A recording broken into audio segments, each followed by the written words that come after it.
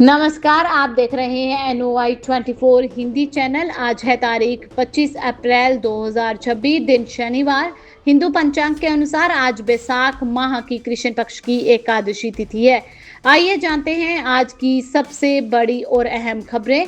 पहली खबर gold silver price से रिलेटेड। पश्चिम एशिया तनाव के बीच सोने चांदी की कीमतों में गिरावट आई है। जानिए शराफा बाजार का क्या रहा हाल। शुक्रवार को सोने और चांदी की कीमतों में गिरावट दर्ज की गई।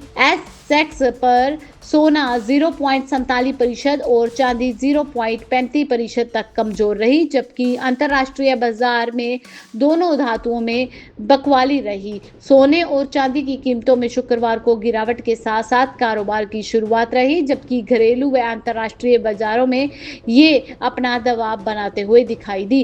कीमती धातुओं के दाम करीब 0.5% तक फिसल गए हैं। बढ़ते हैं अगली बड़ी और अहम खबर की तरफ। भारत ने मालदीव को 30 अरब रुपए की निकासी मंजूर की और सार्क स्वेप समझौते के तहत मिलेगी ये राशि। भारत ने मालदीव को आर्थिक सहायता के रूप में 30 अरब रुपए की पहली किस्त मंजूर कर दी है। यह राशि सार्क मुद्रा अदला बदली ढांचे के तहत दी जा रही है और भारतीय उच्चायोग ने कहा कि भारत लगातार मालदीव की वित्तीय स्थिरता और जरूरतों में सहयोग करता रहता है। इसी के बीच जंग के दरमियान स्ट्रेट ऑफ हॉर्मुज से खबर सामने आ रही है। छेड़ोगे तो छोड़ेंगे नहीं, इंडियन नेवी की बड़ी तैयारी। फायरिंग के बाद क्या होने वाला है। हॉर्मुज पर दबदबा कायम करने के लिए ईरान ने अपनी पूरी ताकत लगा रखी है। उसने कई जहाजों को कब्जे में भी लिया हुआ है और कई बार फायरिंग भी की है। इन्हीं सब के बीच इंडियन नेवी ने हॉर्मुज को अपनी समुद्री रणनीति में प्राथमिकता को शामिल किया।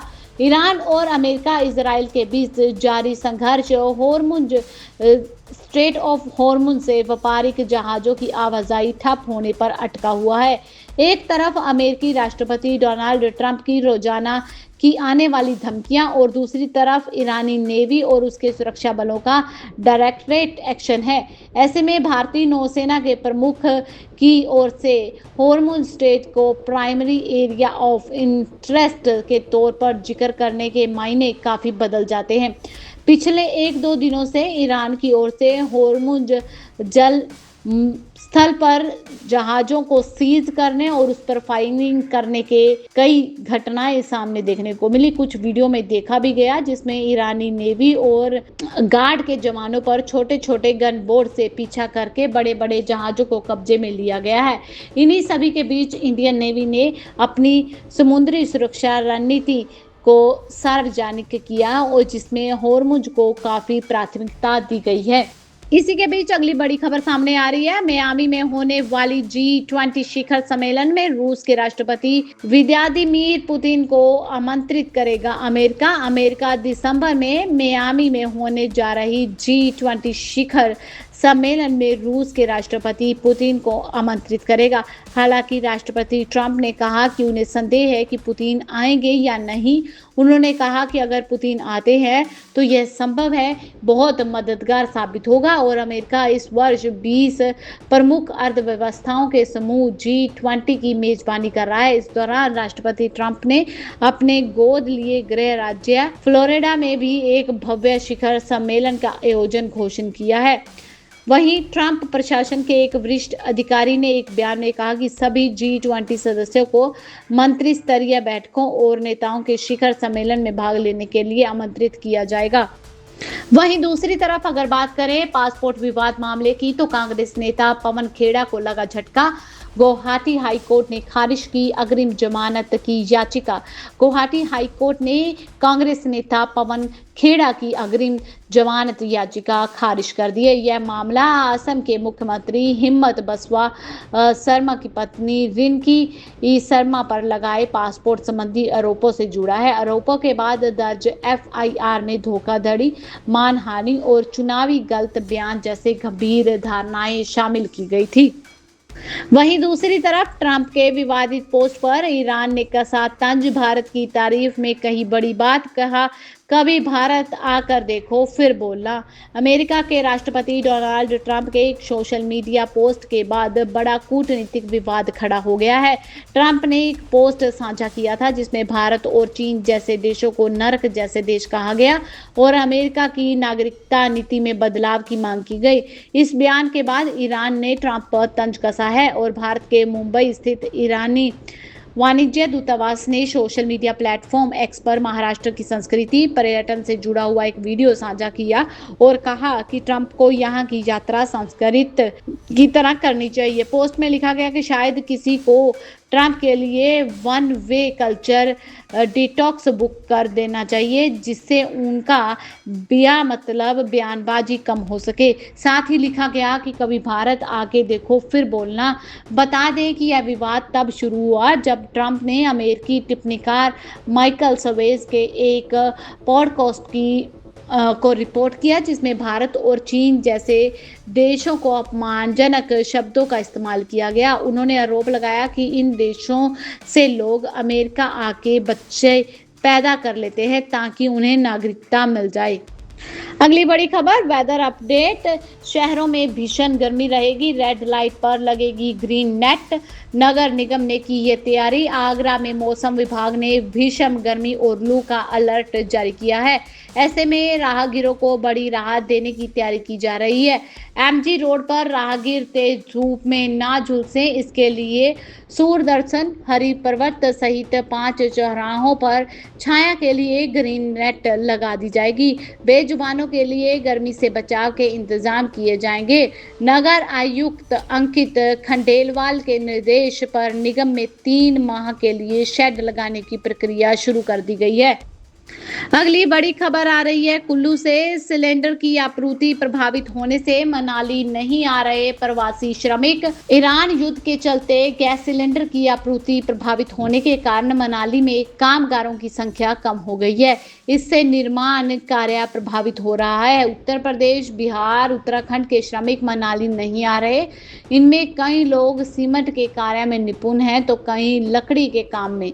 यहाँ आने वाले मजदूर पहले व्यावसायिक सिलेंडर लेते थे, उन्हें यह बिना किसी पासबुक के मिल जाता था।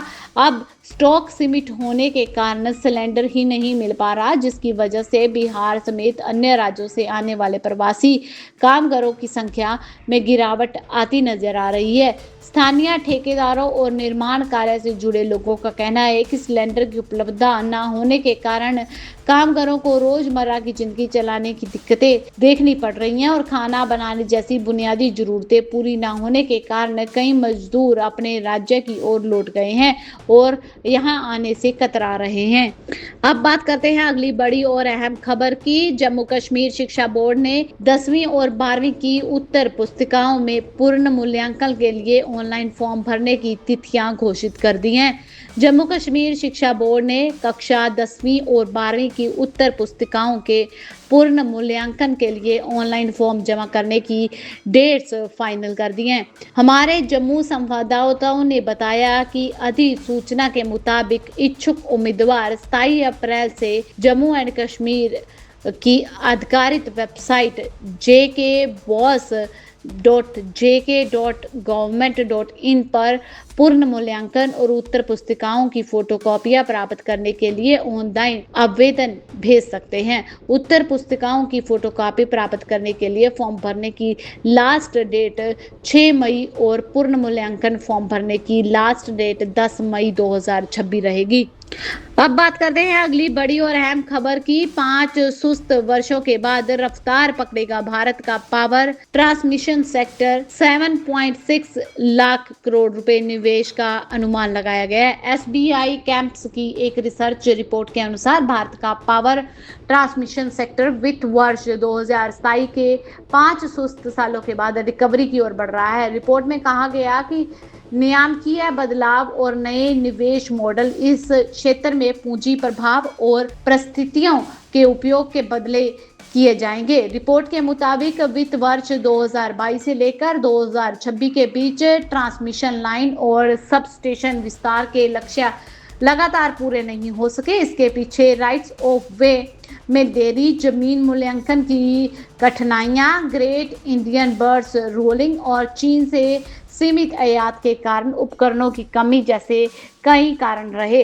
हालांकि वित्त वर्ष 2026 के सुधार के शुरुआती संकेत दिखने मिले हैं। इस दौरान ट्रांसमिशन लाइन जोड़ने की रफ्तार लगातार सालाना आधार पर 37% तक बढ़ेगी, जबकि सब स्टेशन क्षमता विस्तार लगभग लक्ष्य के करीब पहुंच गया है। इसके बावजूद रिपोर्ट में कहा गया कि मार्च 2027 तक राष्ट्रीय विद्युत योजना का लक्ष्य हासिल होना मुश्किल नजर आ रहा है, जिसमें इस क्षेत्र की सबसे बड़ी पूंजीगत निवेश योजनाएं अभी पाइपलाइन में बनी रहेंगी। एसबीआई कैंप्स ने अगले 6 वर्षों के पावर ट्रांसमिशन सेक्टर में करीब 7.6 लाख करोड़ रुपए के निवेश का अवसर का अनुमान लगाया है, जो इस क्षेत्र के सबसे बड़े विस्तार की संभावनाओं को दर्शाता है। बात करते हैं अगली बड़ी और अहम खबर की। शहडोल के जैतपुर कांड में नया मोड़ देखने को मिला। 3 युवकों की मौत मामले में माइकल को गिरफ्तार कर लिया गया और ये सवाल अब भी बरकरार है। शहडोल के जैतपुर थाना क्षेत्र में 13-14 अप्रैल की रात कुएं में मिले 3 युवकों के शव मामले में पुलिस ने एक और आरोपी माइकल को गिरफ्तार कर लिया है। इस बहुचर्चित घटना में अब तक कुल 6 आरोपियों की गिरफ्तारी हो चुकी है, लेकिन मौत की परिस्थितियों को लेकर उठ रहे सवाल अभी भी शांत नहीं हुए हैं। मृतकों की पहचान तनुज शुक्ला, सचिन सिंह बघेल, रोहित शर्मा के रूप में हुई है। पुलिस का दावा है कि गांजा तस्करी के दौरान पुलिस को देखकर 3 युवक भागे और केवल 60 फीट दूर स्थित कुएं में गिरने से उनकी मौत हो गई। हालांकि स्थानीय लोगों और परिजनों का कहना है कि जब पुलिस मौके पर मौजूद थी तो वाहनों की तलाशी लेकर गांजा जब्त कर लेती, पर पास ही कुएं में डूब रहे युवकों की भनक तक नहीं लगना कई सवाल खड़े कर रहा है। बढ़ते हैं अगली बड़ी और अहम खबर की तरफ। भगवान राम का हुआ राज्याभिषेक। विकास खंड मुख्यालय पाबो में आयोजित रामलीला मंचन का राम राज्याभिषेक के साथ समापन हो गया। मुख्यालय में राज्याभिषेक की झांकी निकाली गई। इसे देखने बड़ी संख्या में श्रद्धालु उमड़े। विकास खंड मुख्यालय पाबो में रामलीला मंचन समिति की ओर से भगवान राम के राज्याभिषेक की भव्य झांकी निकाली गई। लंका विजय के बाद अयोध्या वासियों ने राजा भरत के साथ भगवान राम, माता सीता व लक्ष्मण का स्वागत किया। इसके बाद भगवान राम का राज्याभिषेक होने के साथ ही रामलीला मंचन का समापन भी हो गया। समिति की ओर से भक्तों को प्रसाद बांटा गया और इस अवसर पर समिति अध्यक्ष संदीप रावत, करमवीर भंडारी, राज किशोर, नवल किशोर, गुलाब सिंह, हरेंद्र कोहली और दुर्गेश व हरेंद्र कथित तौर से मौजूद रहे। सीबीआई ने एक रिपोर्ट पेश की है। देश में कैश और डिजिटल भुगतान दोनों जरूरी है। रिपोर्ट का दावा है कि संकट के दौर में बड़ा नकदी रखने का रुझान। एसबीआई रिसर्च की रिपोर्ट में कहा गया कि भारत की अर्थव्यवस्था में नकद और डिजिटल भुगतान दोनों ही अपनी अपनी अहम भूमिका रखते हैं। रिपोर्ट के मुताबिक नकदी और डिजिटल माध्यम एक दूसरे के प्रतिस्पर्धी नहीं बल्कि पूरक हैं। लोग रोजमर्रा के छोटे छोटे भुगतान, खरीदारी, रिटेल ट्रांजैक्शन के लिए यूपीआई का इस्तेमाल तेजी से कर रहे हैं, लेकिन आपात स्थिति, बचत और लेन देन की बात की जाए तो अब भी नकदी अपने पास रखना पसंद करते हैं। वहीं दूसरी तरफ राजस्थान विधानसभा को फिर बम से उड़ाने की मिली धमकी। खाली करवाया गया सारा परिसर। पुलिस और दमकल एजेंसियां वहां पर पहुंची। राजस्थान की राजधानी जयपुर में विधानसभा को फिर से बम से उड़ाने भरी धमकी मिली और जिससे हड़कंप मच गया। ईमेल के जरिए मिली इस चेतावनी के बाद सुरक्षा एजेंसियों ने तुरंत विधानसभा परिसर को खाली करवा लिया गया। मौके पर पुलिस, बम निरोधक दस्ता और दमकल की गाड़ियां पहुंच गई। तलाशी अभियान जारी रहा और धमकी भरा ईमेल देखते ही विधानसभा स्टाफ ने पुलिस को सूचित कर दिया था। सूचना मिलते ही पुलिस, बम निरोधक दस्ता एटीएस, दमकल विभाग और एसडीआरएफ की टीमें मौके पर पहुंची। सुरक्षा की दृष्टि से परिसर को खाली करवाया गया, कर्मचारियों को बाहर निकाला गया। 2 घंटे तक पार्किंग, गार्डन और सभी कार्यालयों की तलाशी ली गई, लेकिन काफी रिसर्च के बाद कोई भी संदिग्ध वस्तु नहीं मिली और एजेंसियों ने राहत की सांस ली। कर लेते हैं स्टॉक मार्केट की। 21,000 से सीधा 4 लाख शेयरों का खेल। अचानक तेजी आई और पब्लिक ने जमकर खरीदा ये शेयर। शुक्रवार सुबह बाजार खुला तो शेयर ने पहले हल्की कमजोरी दिखाई। एक दिन पहले यानी कि गुरुवार को शेयर 463 रुपए पर बंद हुआ था, लेकिन शुक्रवार को 440 रुपए पर खुला। पहली नजर में लगा कि शेयर पर दबाव रहेगा। सबसे बड़ी राहत की बात यह थी कि शेयर में तेजी सिर्फ कीमत में नहीं बल्कि भारी वॉल्यूम के साथ आई थी। कंपनी का महीने का औसत कारोबार लगभग 21,000 शेयर का था, लेकिन शुक्रवार सुबह 10:30 तक ही करीब 4 लाख शेयरों का कारोबार हो चुका था, यानी कि सामान्य दिनों के मुकाबले कई गुना ज्यादा ट्रेडिंग हुई थी। ये थी अब तक की मुख्य और बड़ी खबरें। ऐसी और खबरें जानने के लिए आप चैनल को सब्सक्राइब कर लें, बेल आइकन को प्रेस कर लें ताकि आपसे आने वाली खबरें मिस ना हो और आप अपने कीमती सुझाव, अपने कीमती विचार हमारे साथ कमेंट्स के जरिए साझा कर सकते हैं। तब तक के लिए खुश रहना, सुरक्षित रहना।